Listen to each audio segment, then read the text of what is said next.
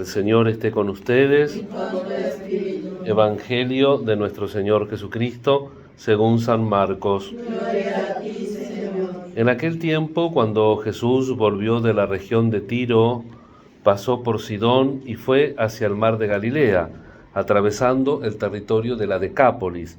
Entonces le presentaron a un sordomudo y le pidieron que le impusiera las manos. Jesús lo separó de la multitud y llevándolo aparte, le puso los dedos en las orejas y con su saliva le tocó la lengua. Después, levantando los ojos al cielo, suspiró y le dijo, Effetá, que significa ábrete. Y enseguida se abrieron sus oídos, se le soltó la lengua y comenzó a hablar normalmente. Jesús les mandó insistentemente que no dijeran nada a nadie, pero cuanto más insistía, ellos más lo proclamaban, y en el colmo de la admiración decía, todo lo ha hecho bien, hace oír a los sordos y hablar a los mudos. Palabra del Señor. Gloria a ti, Señor Jesús. Hermanas, en la Génesis vemos en esta tradición ya vista como hasta familiar, ¿no es cierto?, cómo convivía el hombre con su mujer, con la cual exclamó, esta sí que es carne de mi carne y hueso de mi hueso, hasta que hay la primera página oscura en la Biblia, que es la intervención de la serpiente. No sabemos por qué en este cuentito, leyenda, se pone a la serpiente, tal vez también para advertir, porque ahora que leemos en el Evangelio Tiro, Sidón, la Decápolis, esas 10 ciudades, todas las ciudades paganas que estaban circundando también el desierto en el cual había estado el pueblo de Dios, adoraban a las serpientes. Entonces, para cuidarnos de ese veneno que básicamente se derrama como falta de confianza en Dios. Porque con la trampita, sí que no pueden comer de ninguno, sí, podemos comer de todo menos de estos dos. Y entonces, claro, dice, no, lo que pasa es que no quiere que coman, porque si coman, de esos van a ser como él. La desconfianza, como que Dios miente, como que Dios cuando me dice que esto no, algo esconde.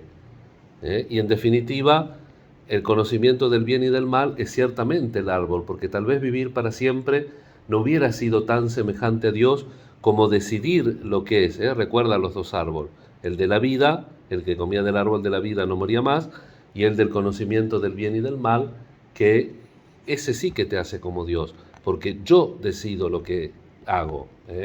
Y eso es el fruto interno y la explicación última de nuestros choques, no solamente contra el prójimo, sino a veces contra la realidad y contra nosotros mismos, porque como les recordé muchas veces, todas las acciones tienen consecuencias. El bautismo viene a reparar esta mancha, por eso que también lo citamos hoy, este evangelio, cuando yo les decía la volubilidad del pueblo, ¿no? Llega hasta hasta este colmo de la admiración. Dice, en el colmo de la admiración decían omnia bene feci, todo lo hizo bien. Precisamente por este milagro que la tradición lo relaciona con el bautismo. Vieron que Jesús muchas veces le decía, ayer le dijo a la mujer, vete que tu hija está sin el demonio. Y acá es medio como que hizo un curanderismo, porque le metió saliva, el effetá le tocó los oídos, y encima que no era un totalmente, porque si ustedes ven el griego, no utiliza la palabra mudo, sino mogilalo. Mogilalo quiere decir tartamudo. Y era tartamudo porque escuchaba mal, por eso primero le destapa los oídos. Y por eso ese rito está todavía en el bautismo, ahora tocándole el oído. Bueno, ahora después de la pandemia ya no tocamos más prácticamente a los niños, ¿no? Pero, digamos, tocándole el oído, dice, te permita muy pronto escuchar su palabra y profesar la fe para gloria y alabanza de Dios Padre. Amén. Y antes también estaba el tema de la sal, que se le daba la sal al niño en el bautismo, le dabas un poquito de sal, le ponías en la boca. Todo lo que hemos meditado hoy, también, no lo dije, pero lo sabemos relacionado con el bautismo. Todo está relacionado con nuestra vocación primigenia de bautizados, de nacidos para Dios. Y el pecado original está reparado en el fondo, desde dentro. Podemos hacer obras de justicia, pero no nos olvidemos que está esa insidia. Todavía la cabra al monte tira, y entonces tenemos que cuidarnos de dejar el conocimiento del bien y del mal al que sabe, que es nuestro Señor. Él decide lo que está bien y lo que está mal, no nosotros, y mucho menos nuestros sentimientos o nuestras sensaciones pasajeras. Hoy la liturgia nos pone la memoria obligatoria de Santa Escolástica, nacida en Nurcia en el año 480. Fue alumna dócil de Benito, su hermano gemelo, de quien aprendió también la sabiduría del corazón, que superó a su maestro, según narra San Gregorio Magno en los Diálogos, único texto que nos refiere a la vida de la santa. Escolástica, hija de Eutropio, descendiente de la antigua familia senatorial romana de los Anici, y de Claudia, que falleció tras dar a luz a los gemelos, es decir, Escolástica y Benito, fue enviada a Roma junto con su hermano a los 12 años de edad. Ambos quedaron profundamente turbados al ver la vida disoluta que reinaba en la ciudad. Miren qué madura era la gente a los 12 años. Después de un tiempo, Benito se retiró para vivir como ermitaño. Escolástica quedó como única heredera del patrimonio familiar, pero manifestando gran despego de los bienes terrenos, pidió a su padre permiso para dedicarse a la vida religiosa, entrando en un monasterio cerca de Nurcia y trasladándose después a Subiaco, en pos de su hermano, que había fundado la abadía de Montecassino. Allí, a solo 7 kilómetros de distancia, fundó el monasterio de Piumarola, en el que siguió la regla de San Benito junto a otras monjas, dando así origen a la rama femenina de la orden benedictina. Escolástica solía recomendar especialmente la práctica de la regla del silencio, evitando conversaciones con personas ajenas al monasterio, incluso si se trataba de visitantes devotos, porque recordemos, estamos en el siglo V, que todavía estaba la costumbre de ir a visitar a los monjes. Si había un ermitaño que no les tiraba piedra, también le iban a visitar, y sobre todo para pedir consejo e iluminación. Pero ella era muy estricta, muy apegada a la regla del silencio, e inclusive trataba de no hablar, si no faltaba demasiado a la caridad, con los visitantes devotos. Solía repetir: callen o hablen de Dios, porque ¿qué es este mundo tan digno como para hablar sobre ello?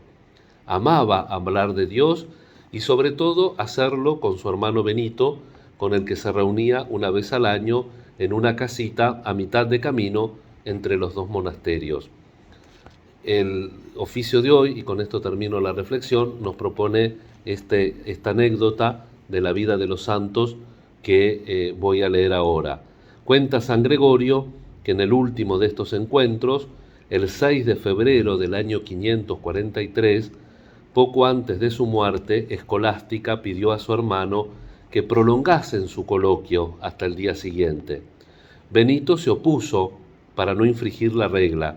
Entonces Escolástica rogó entre lágrimas al Señor que no permitiese partir a su hermano. Enseguida, un inesperado y violento temporal obligó a Benito a quedarse, de modo que los dos hermanos pudieran conversar toda la noche. Dice Gregorio que ella, en un momento, cuando se descuidó Benito, se puso así sobre la mesa y le pidió al Señor, y Dios le concedió esta gracia.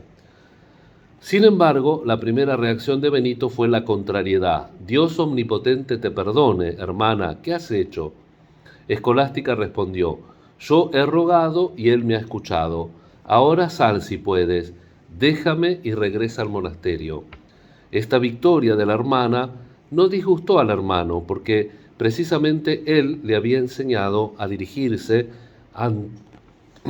ante las dificultades a aquel para quien todo es posible. Nosotros no podemos, pero él sí puede todo. Destacan en este episodio las dotes femeninas de Escolástica, la dulzura, la constancia y también la audacia para obtener lo que deseaba ardientemente. 3 días después de este encuentro, Benito recibió la noticia de la muerte de su hermana mediante un signo divino. Vio el alma de Escolástica subir al cielo en forma de paloma blanca. Por eso las estatuas de Santa Escolástica suelen tener el librito y la palomita aquí. Quiso entonces enterrarla en la tumba que había preparado para sí mismo y en la que fue sepultado poco después. Como sus mentes habían estado siempre unidas en Dios, del mismo modo sus cuerpos fueron reunidos en el mismo sepulcro. Hermanas, como le decía, la vida de los santos es la mejor explicación de la palabra de Dios, La fuerza de la oración, la caridad, el amor entre hermanos. Y así también en nuestra vida, en la medida que humildemente tratemos de practicar la santidad, también se va a ir como acrecentando nuestro conocimiento natural de la Sagrada Escritura, para que todo lo que pensamos, lo que sentimos, lo que nos preocupa, naturalmente se refiera a algo que está en la Escritura. Porque en este sentido es como dice San Omón, Nihil novus sub sole, no hay ningún problema que uno pueda presentar que no tenga una referencia en la Escritura, porque no hay nada nuevo bajo el sol después que el Señor se reveló. Ponemos en el altar toda nuestra vida, nuestros deseos de ser mejores, nuestros deseos de santidad, nuestras necesidades e intenciones para nosotros, la congregación de ustedes, mi diócesis, nuestros seres queridos y las personas que con mucha confianza se encomiendan a nuestra oración. Que así sea.